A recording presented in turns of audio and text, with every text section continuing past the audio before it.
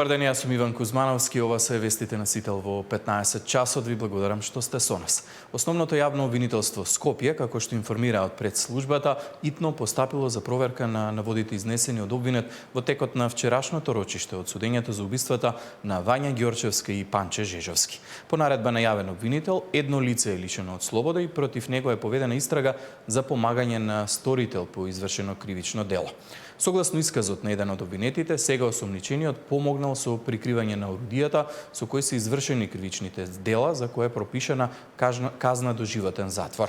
По пренесени инструкции од првообвинетиот, осомничениот од просториите на политичката партија Десна зел еден син ранец во кој се наоѓало огнено оружје пиштол со кој били извршени двете кривични дела и го отстранил од партијата. Со тоа им помогнал на обвинетите да не бидат откриени. Со цел проверка на наводите, јавниот обвинител обезбеди и судски наредби со кои беа извршени претреси на две локации, а се преземаат и други истражни действија, соопшти основното јавно обвинителство.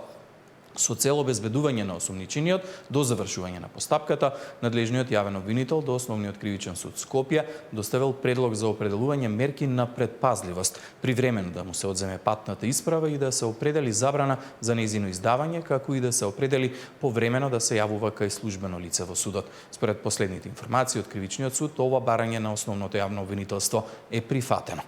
Истрагата против ова лице представува посебен предмет кој не влијае на судската постапка за двете грабнување и убиства, која е во завршна фаза и во рамките на која јавното обвинителство го подкрепи обвинението со огромен број вербални и материјални докази за сторени дела, појаснуваат од обвинителството. Осомничениот, кој е вработен во Народната банка, вчера беше приведен поради сомнение дека го презел и го уништил ранецот во кој според наводите на обвинетиот Велибор Манев било сокриено огненото оружје со кое биле убиени Вања Ѓорчевска и Панче Жежовски. По направениот стручен надзор во болницата во Кавадарци, стручната комисија констатирала дека сите постапки биле навремено и уредно извршени. Ваков одговор од Министерството за здравство испратиле до Државната агенција МИА за анаудите во извештајот во врска со починатото 3-годишно дете. Комисијата извршила надзор во болницата во Кавадарци на 10 јуни. Претходно на 6 јуни од Државниот санитарен и здравствен инспекторат исто така информираа дека при инспекциските надзори не биле констатирани недостатоци од нивна надлежност во врска со починатото дете од Кавадарци. На 3 јуни во 5 часот детето било донесено во општата болница Кавадарци од страна на неговите родители, прегледано од дежурен доктор, специјалист по детски болести, кој врз основа на прегледот и испитаните параметри проценил дека нема потреба од хоспитализација. На инсистирање на родителите бил издаден упат за Универзитетската клиника за детски болести Скопје, каде детето било однесено со сопствен превоз. Според изјавата на присутните здравствени работници, во детската клиника детето било донесено во раните утрински часови околу 8 часот директно на одделот за кардиологија без знаци на живот. Веднаш било однесено во одделот за интензивна нега и реанимација, но детето не покажало знаци за живот, утврдиле од инспекторатот. Родителите на 3-годишното дете претходно ги повикаа надлежните во државата да испитаат можна лекарска грешка во врска со неговата смрт.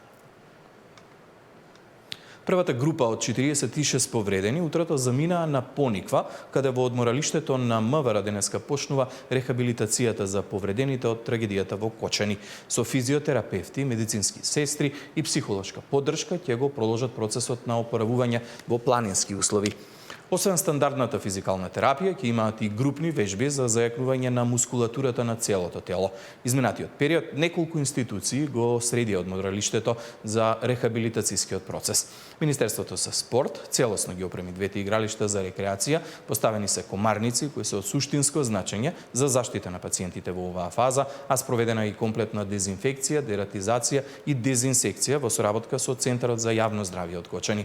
Во текот на престојот на Пониква за оние кои се уште одат на училиште, има план да имаат средби со наставници, педагози и психолози од училиштата каде учат.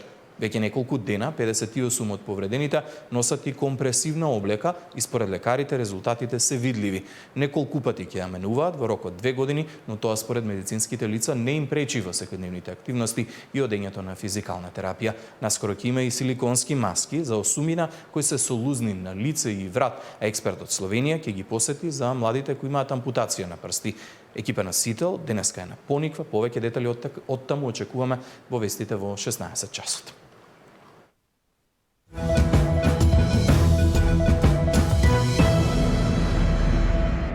Од СДСМ денеска обвинија дека скандалот со сертификатот на Бојан Христовски, директорот на АНАБА, се проширува. Од партијата бараат нова истрага од обвинителството.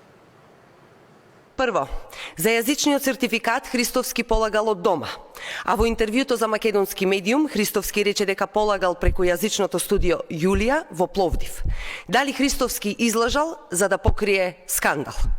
Понатаму, трите дела од испитот, читање, слушање и пишување, Христовски ги полагал на ист датум, односно на 22 март 2022 година, а делот говорење го полагал 5 дена порано.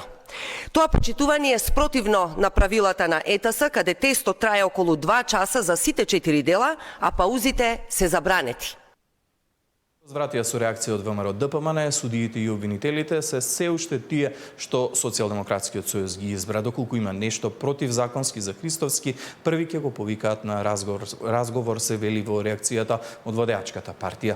Социјалдемократскиот сојуз да не заборава дека судиите и обвинителите се истите тие кои они ги донесоа од тефтерите на бироата во Зајас и Муртино. Заврши времето на овој ми е брат или од партија е него чепкај. Сега секој еден без разлика на партиска, верска или етничка припадност ќе се одговара за одредена работа доколку има докази за истото.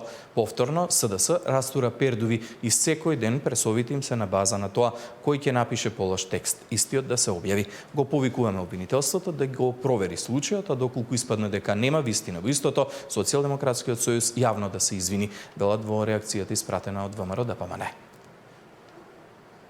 А ВМРО ДПМН продолжува со обвинувањата за случајот во Советот на општина Кочани. Од партијата денеска велат дека тоа што Филипче не побарал оставка од советникот Такиов е доказ дека тепањето во Советот на општината Кочани е негово сценарио. Тоа што Филипче не побара оставка од Акиов е доказ дека тепањето во Кочани е негово сценарио. Вчера кажавме дека Венко Филипче го скроил планот за дестабилизација во Кочани заедно со Заев во Дубај. Како дел од тој план е и тепањето во Кочанскиот совет. Аки Акиов, тепачот од Кочани, е човек на Заев и Филипче. Тепачот на Филипче имаше една единствена цел – да ја разгори омразата во Кочани, која СДС преку партиски пресконференции и соопштенија со денови ја зовриваат. СДС целно оди кон дестабилизација во Кочани.